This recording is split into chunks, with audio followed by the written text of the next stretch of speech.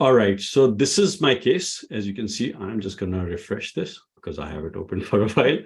Just want to show I'm still connected. Okay, so I have this case, and you can see in this case, there is a bunch of information here, right? There's like back and forth, which is very typical if you have email to case, web to case, or whatever mechanism you're using to engage with your customers.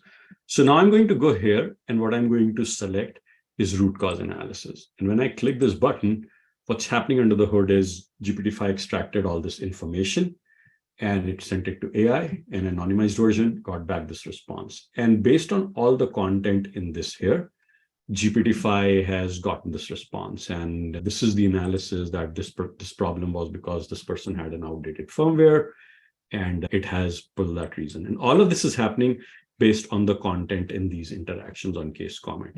The other thing which it did, which I should have mentioned earlier, was this root cause reason and analysis got populated. So it automatically populated those on this case record. And that's kind of the power of AI, right? To look at everything that is happening, and then you can leverage that across the board in terms of making sure that these things are addressed correctly.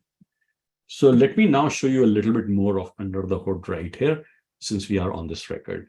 So if I go click on this, this is the response. So what you'll see here is that this is the information that GPTfy extracted. And then what it did is, based on my configuration, it identified and removed things. So where it had this john@a1tech email, it changed it with removed@remove.com, and so on and so forth. So the idea is that this data is kept held back in your Salesforce, and we are sending an anonymized version. So instead of John, it's saying hello person full 3, things like that.